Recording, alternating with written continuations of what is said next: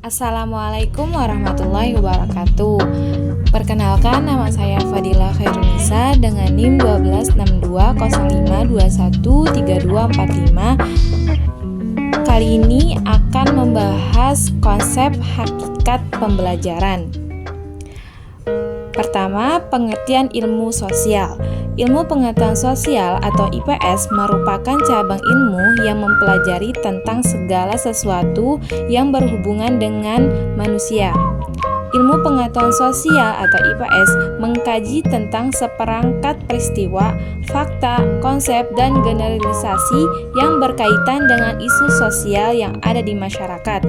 Kajian tentang masyarakat dalam IPS dapat dilakukan dalam lingkungan yang terbatas, yaitu lingkungan negara lain, baik yang ada di masa sekarang maupun di masa lampau.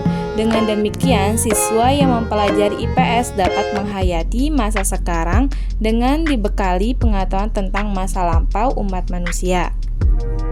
Yang kedua, konsep pembelajaran. Menurut Undang-Undang Republik Indonesia Nomor 20 Tahun 2003 tentang Sistem Pendidikan Nasional bahwa pembelajaran adalah proses interaksi peserta didik dengan pendidik dan sumber belajar yang berlangsung dalam suatu lingkungan belajar. Pembelajaran merupakan usaha pendidik untuk mewujudkan terjadinya proses pemerolehan pengetahuan, penguasaan kemahiran, dan pembentukan sikap dan kepercayaan pada peserta didik. Yang ketiga, teori-teori pembelajaran. Yang pertama, teori ilmu jiwa daya. Implikasi dari teori belajar menurut ilmu jiwa daya ini adalah belajar hanyalah sebatas melatih semua daya tersebut. Efek teori belajar menurut ilmu jiwa daya terhadap ilmu pengetahuan yang dapat hanyalah bersifat hafalan-hafalan belaka yang biasanya jauh dari pengertian dan pemahaman. Yang kedua, teori Gestalt. Belajar menurut ilmu jiwa Gestalt bahwa faktor pemahaman atau pengertian atau insight merupakan faktor yang penting dalam menghubungkan antara pengetahuan dan pengalaman. Pribadi atau organisme memegang peran penting dalam belajar karena belajar tidak hanya dilakukan secara reaktif mekanisme, tetapi dilakukan dengan sadar, bermotif, dan bertujuan. Yang ketiga yaitu teori asosiasi. Teori belajar menurut ilmu jiwa asosiasi disebut juga teori Sharp-Bond, yaitu stimulus atau rangsangan, respon atau tanggapan, dan bond dihubungkan. Terdapat dua teori yang sangat terkenal dari aliran ilmu jiwa asosiasi, yaitu teori connectionism dari Thorndike dan teori conditioning dari Ivan P. Pavlov. Yang keempat yaitu teori connectionism. Teori connectionism memandang bahwa organisme atau juga manusia sebagai mekanisme yang hanya bergerak atau bertindak jika ada perangsang yang mempengaruhi dirinya. Terdapat otomatis dalam belajar disebabkan adanya law of effect tersebut.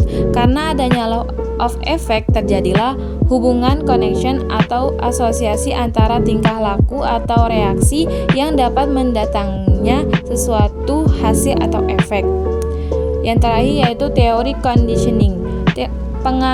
Pengertian teori conditioning ini memandang bahwa segala tingkah laku manusia tidak lain hanya hasil conditioning, yaitu hasil dari latihan-latihan atau kebiasaan-kebiasaan mereaksi terhadap perangsang-perangsang tertentu yang dialami di kehidupannya.